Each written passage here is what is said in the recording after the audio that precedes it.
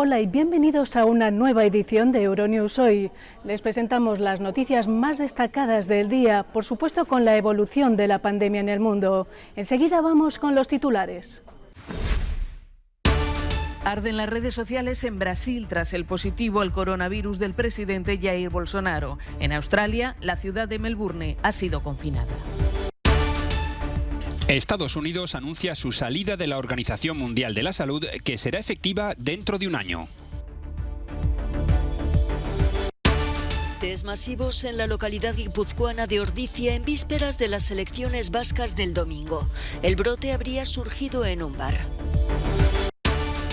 Protestas en Serbia contra el nuevo confinamiento decretado por el presidente tras registrarse un rebrote de la pandemia.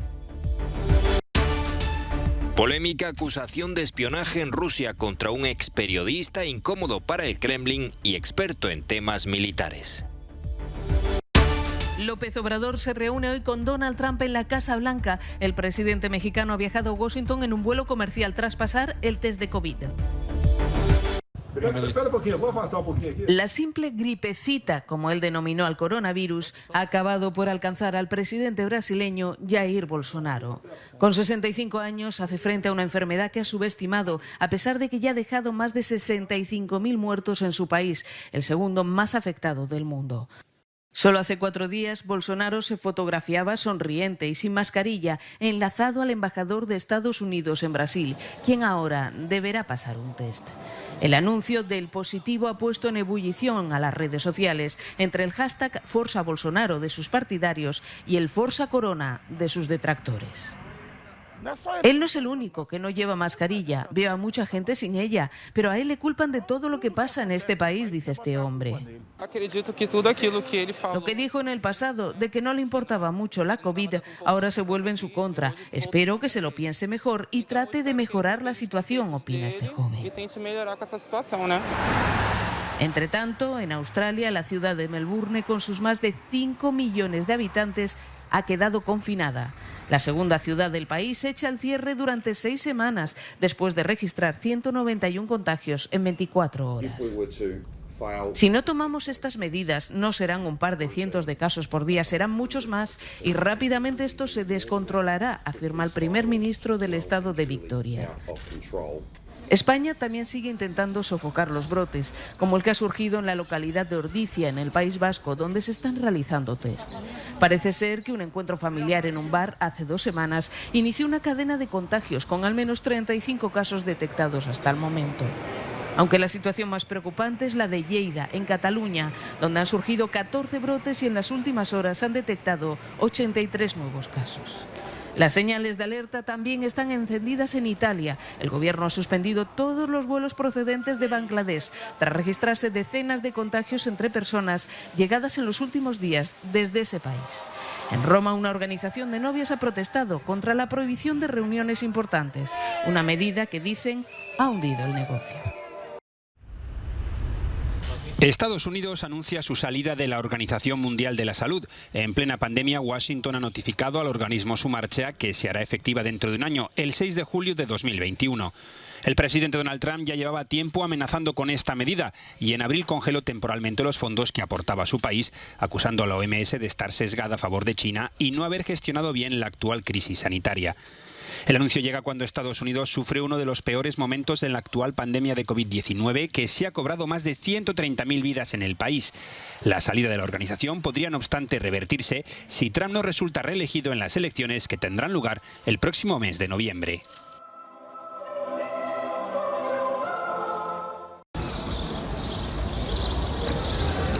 España sigue luchando contra nuevos brotes de COVID-19. El último en la localidad guipuzcoana de Ordizia, en el País Vasco, suma ya 30 positivos. El lunes se realizaron 1000 test PCR entre los vecinos y este martes más de 500, cuyos resultados llegarán en las próximas horas. La mayoría de los conocidos también ha dado negativo.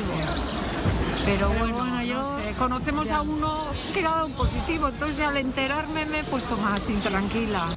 Se cree que el foco surgió en un bar de la calle Echezarreta y llega en vísperas de las elecciones regionales del domingo. El paciente cero sería un vecino que viajó a Lleida. Cuando volvió celebró una reunión familiar en uno de esos establecimientos. El ayuntamiento ha instado a hacerse las pruebas a todas las personas que frecuentaron 4 bares de la zona. Y cerraron. Y el alcalde habló y dijo que un virus que viene de fuera o no sé qué, ostras, una persona de fuera que vino aquí a un bar y contagió el virus. De momento los resultados son muy pocos contagios, pero es un foco que preocupa mucho al gobierno vasco y que está tomando todas las medidas para intentar contener, si no va a tener que confinar también a la población de esta localidad, como decía, de Ordizia, en el País Vasco. Desde el País Vasco, en Ordizia, Beatriz Beiras para Euronews. Serbia estalla contra los confinamientos ligados al coronavirus. Miles de personas se manifestaron la noche del martes en Belgrado y se enfrentaron a las fuerzas del orden a las puertas del Parlamento después de que el presidente del país anunciara la vuelta a las restricciones de movimiento tras registrarse un notable repunte en el número de muertos diarios víctimas de la pandemia. Aleksandar Vučić tomó esta decisión difícil después de que los hospitales de Belgrado se acercasen al límite de su capacidad para atender a los enfermos. Desde el miércoles, las reuniones públicas con más de 5 personas estarán prohibidas y habrá un toque de queda o prohibición de movimiento desde el viernes hasta el lunes. Serbia declaró un confinamiento nacional a principios de marzo, pero fue uno de los primeros países europeos en levantarlo. En junio celebró elecciones. Protestamos porque nuestro querido presidente levantó el estado de emergencia por las elecciones y ahora quiere imponerlo de nuevo, así que estamos en contra. Los partidos de la oposición, muchos de los cuales boicotearon los comicios, acusan a Vučić de utilizar las medidas de restricción en su propio beneficio y para debilitar a la oposición. Obligados a trabajar sin las mínimas medidas de seguridad. En la ciudad inglesa de Leicester, varias fábricas de ropa han continuado su producción durante toda la pandemia, empleando principalmente a trabajadores inmigrantes poco cualificados. La gran mayoría está haciendo lo correcto. Lo dice el propietario de una fábrica que puso en pausa su negocio y envió a casa a sus trabajadores. Por desgracia, estamos decepcionados. La mayoría lo hace, pero desafortunadamente es la minoría la que nos decepciona. En Leicester hay unas 1.500 empresas que emplean a miles de trabajadores. Muchas se encuentran en esta misma calle. ¿Es solo mala suerte que la COVID-19 haya aumentado aquí en Leicester o es más complicado que eso? ¿Se puede culpar a los propietarios de las empresas por ignorar las pautas gubernamentales? ¿Ha disparado eso los casos de COVID-19? Nick Sakisadag trabaja en una fábrica textil y dice que durante el confinamiento le pagaron bastante menos que el salario mínimo. Me pagaban 5 libras. Para mí era como trabajar gratis y estaba corriendo un riesgo. ¿Era seguro? Para nada. Era lo mismo que antes del coronavirus. Sin guantes, sin mascarillas, sin distanciamiento social, nada de nada. Otros dicen que es injusto señalar directamente a los propietarios de las compañías textiles. No se puede culpar solamente a los propietarios de las fábricas, porque las fábricas emplean a la gente, necesitan trabajar. La diputada de Leicester, Claudia Webb, achaca parte de la responsabilidad al Ejecutivo británico. El gobierno, sin duda, podría haber hecho más y me pregunto si ahora todo sería diferente si la ayuda se hubiera brindado mucho antes para que los trabajadores no sean explotados de esta manera. Londres dice ahora que tiene la autoridad para cerrar negocios que no cumplan con sus pautas. La pregunta es, ¿deberían haberlo hecho ya?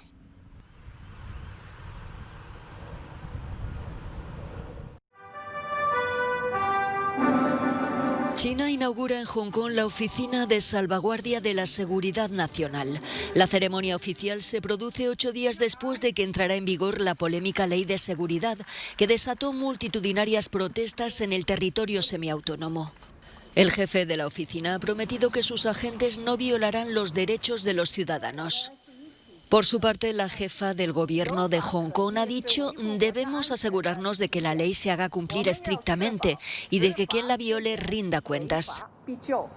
La nueva ley prohíbe lo que Pekín ve como actividades secesionistas, subversivas o terroristas y la colusión extranjera. La policía tiene amplios poderes para realizar registros sin órdenes judiciales.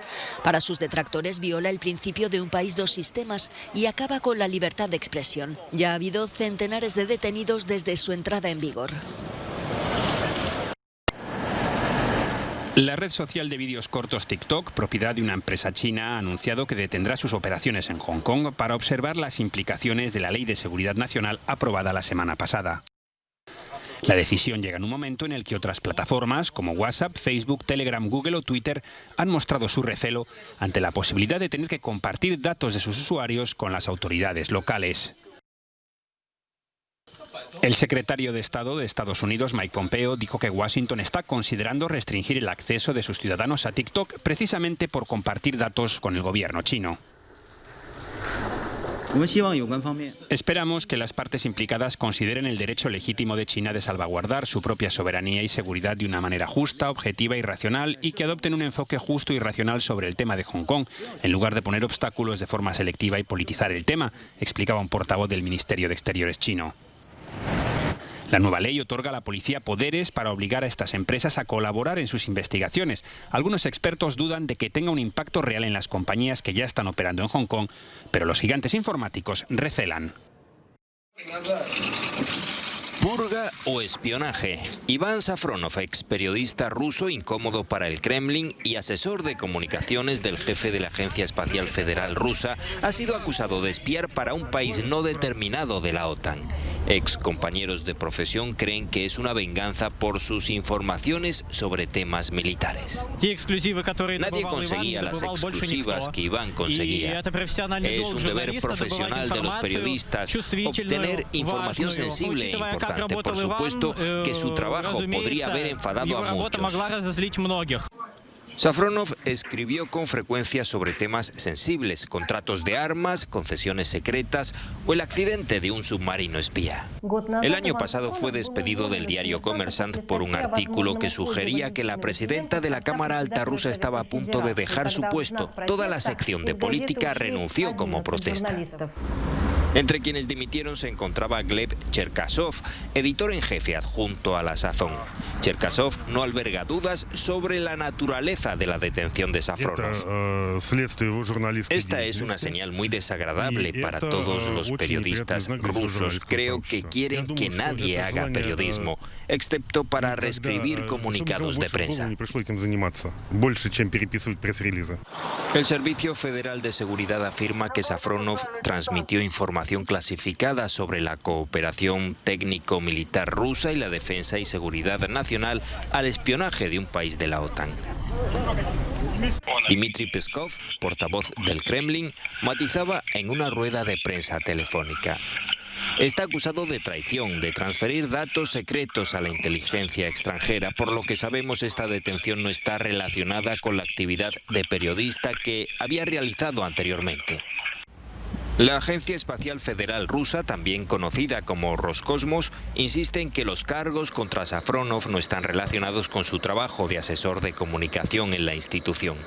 El experiodista compareció el martes ante el juez y negó unas acusaciones que le pueden acarrear una condena de hasta 20 años de cárcel.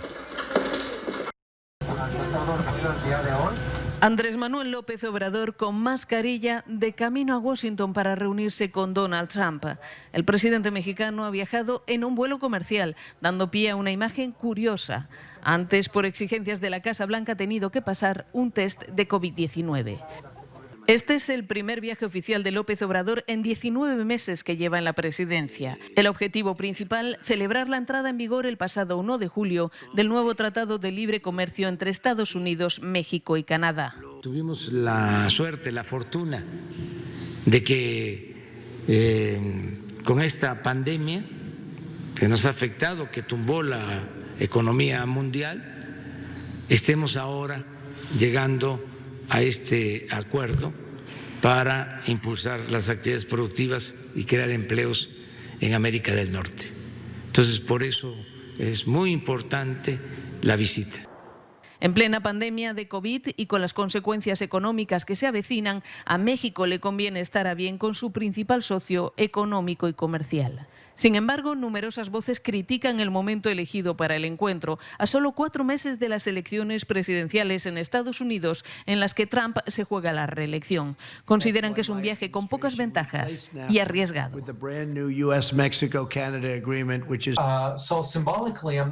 Simbólicamente, no estoy seguro de lo que López Obrador busca conseguir, dice el analista Tony Pellen. ¿Quedar bien? No estoy seguro de que lo logre. Trump es muy bueno a la hora de dar la vuelta a la situación, de tal manera que parezca que es él el que se anota al tanto y no México.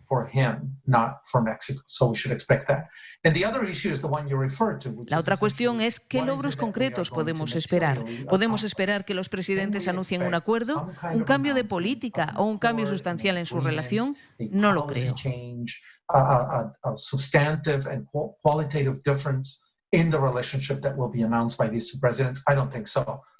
Sin olvidar que el presidente estadounidense no ha ahorrado ataques durante su mandato a México y a los inmigrantes mexicanos y ha hecho de su muro fronterizo un eje central de su mandato.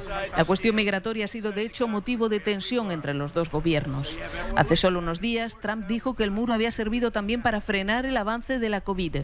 Una afirmación curiosa, pues de los dos países Estados Unidos es el más afectado por la pandemia y sufre en estos momentos una explosión de casos, en especial en los estados del sur. Cuando hay hambre, bienvenido sea un plato de rancho del ejército. Gracias, que Dios los bendiga. En el sur de Santiago, la capital chilena, militares han repartido comida entre la población más vulnerable. Los estragos económicos provocados por la pandemia de coronavirus están acentuando la precariedad en la que ya vivían algunos estratos de la sociedad chilena, en la que la tasa de informalidad laboral supera el 23%. Las medidas de urgencia tomadas por el gobierno de Sebastián Piñera, como el ingreso familiar de emergencia o las canastas de alimentos, no consiguen colmar las necesidades de los más pobres. ¿Sabe qué? Esto es para todos los que no tenemos nada. Si no tenemos nada, estamos todos para abajo, no para arriba. Chile, el país más rico de América del Sur, está sufriendo más que nunca las consecuencias de un sistema económico marcado por profundas desigualdades, sueldos bajos y un fuerte endeudamiento de las familias, los motivos que provocaron el año pasado el estallido social. Ante la recesión económica y con el cierre forzado de comercios, la debilitada clase media corre el riesgo de quedar hundida en la pobreza, una pobreza que este año podría pasar del 9,8% a más del 13%. No sé, ojalá que pase luego esto para que todo se acabe y tengamos un futuro mejor y que ahora cuando ya se acabe todo esto, que ellos, los del gobierno, que piensen mejor y arreglar las cosas antes que pasen. Las últimas medidas del gobierno van dirigidas precisamente a mantener a flote esa clase media. Mientras tanto, Chile ha superado la barrera de los 300.000 contagios de COVID-19 con algo más de 6.400 muertos. Como en otros muchos países, los trabajadores del sector sanitario denuncian sus condiciones de trabajo. En Santiago han protestado por la muerte de una enfermera, Patricia Durán. Más de 6.800 sanitarios se han contagiado con coronavirus en Chile. Reinventarse o morir. Es el nuevo credo de la moda que ha tenido que ingeniárselas para sobrevivir en tiempos de pandemia. Aunque este año no habrá desfiles de alta costura, tal y como los conocemos, los diseñadores han multiplicado las iniciativas para presentar sus colecciones de otoño-invierno 2021. Para los asiduos de las semanas de la moda, descubrir las colecciones en línea depara bastantes sorpresas.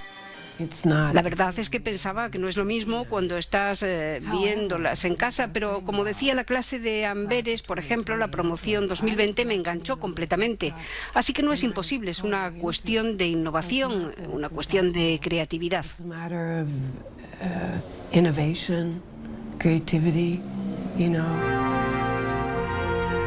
Algunos, como el libanés George Hobeika, han optado por recrear una pasarela real, en este caso bajo el cielo estrellado de Trípoli, en el Líbano. Pero para todos los profesionales de la moda es una cuestión de supervivencia. El riesgo es enorme, siento mucha responsabilidad porque sé lo importante que es la industria para países como Francia e Italia. Sé lo importante que es para nuestras cadenas de suministro, por ejemplo, para nuestros talleres. Somos una gran empresa con 7.000 empleados, así que creo que tenemos que trabajar en serio y tratar de dar esperanzas para el futuro. For our atelier, we are a big company. We have 7,000 employees.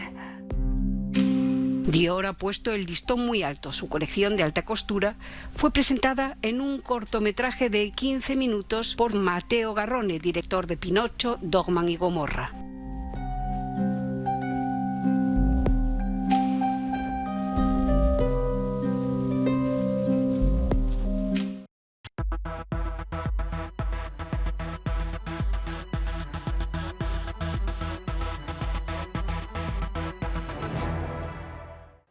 Saludos y bienvenidos a nuestra serie sobre el mundo después del COVID-19.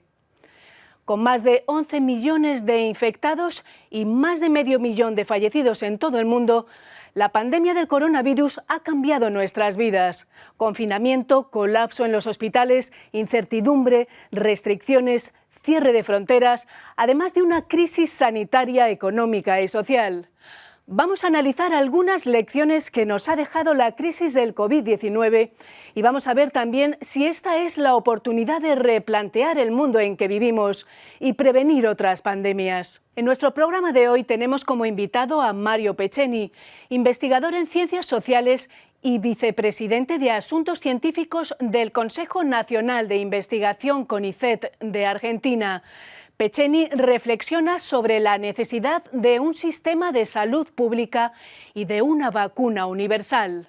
Hay una primera pregunta que tenemos que hacernos es si nosotros pensamos que sobra gente en nuestros países o en nuestro planeta, hay gente superflua que está de más y por ende es sacrificable, o si por el contrario pensamos que nuestros sistemas políticos y socioeconómicos deben ser pensados para que entremos todos y entren todas. Si pensamos que tenemos que estar todos adentro, bueno, la salud no puede ser sino pública, porque ahí todos tenemos derecho a recibir la mejor calidad de atención. Nadie se salva solo, nadie se salva en soledad. Yo no puedo protegerme a mí, a mi familia y que se caiga el mundo, porque se va a caer el mundo y ahí me voy a caer yo también. Entonces, eso puso en el centro esto que en algunos países ya estaba, que es la necesidad de contar con una salud pública financiada, no desfinanciada, con el reconocimiento de los derechos laborales de quienes trabajan ahí. Esto también lo hemos visto en Argentina y supongo que quienes están viendo esto en otros países también. Cuando hay multiempleo, pluriempleo, una enfermera va de un lado a otro o un médico va de un lado a otro, y bueno, lleva y trae el virus, expone al virus. Entonces también hay un tema ahí de protección laboral de quienes trabajan en el sistema de salud. Ahora bien, si vamos a aprender de esto, soy bastante escéptico. En general los seres humanos tendemos a aprender poco de nuestras experiencias. Por ejemplo, ahora estamos viendo el verano europeo, están las playas llenas de gente, la distancia social pareciera que es algo del pasado, que nunca existió, y bueno, tendremos que aprender a ver cómo seguir. Entre las lecciones pendientes de esta pandemia aún está por ver una ecuación de difícil solución. ¿Cómo lograr una prudente desescalada y reactivar al mismo tiempo la economía? ¿Cómo conseguir sociedades más igualitarias? Cuando se dice quédate en tu casa como principal medida de prevención, para uno quedarse en su casa, uno primero tiene que tener casa.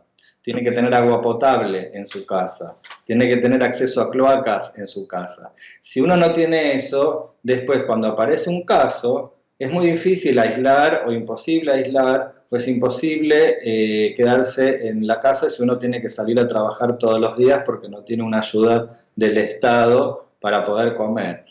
Pero sí, claramente la epidemia está creciendo en los barrios populares donde es más difícil aislarse y donde, además, como lo decía, hay que salir a trabajar, a ganarse el pan, si no está garantizado. Que nadie se salva solo en esta vida, ni nadie se salva sola. Es imposible salir para adelante en soledad. Y es que nadie se salva solo. Y con esta conclusión de necesaria solidaridad, despedimos nuestra serie sobre el mundo después del COVID, con la participación de nuestro invitado de hoy, el investigador argentino Mario Peceni. Ya nos despedimos, pero la información sigue en nuestra página web. Les invitamos a seguirnos a través de nuestras redes sociales. Enseguida, nuestro No Comment del día. ¡Hasta pronto!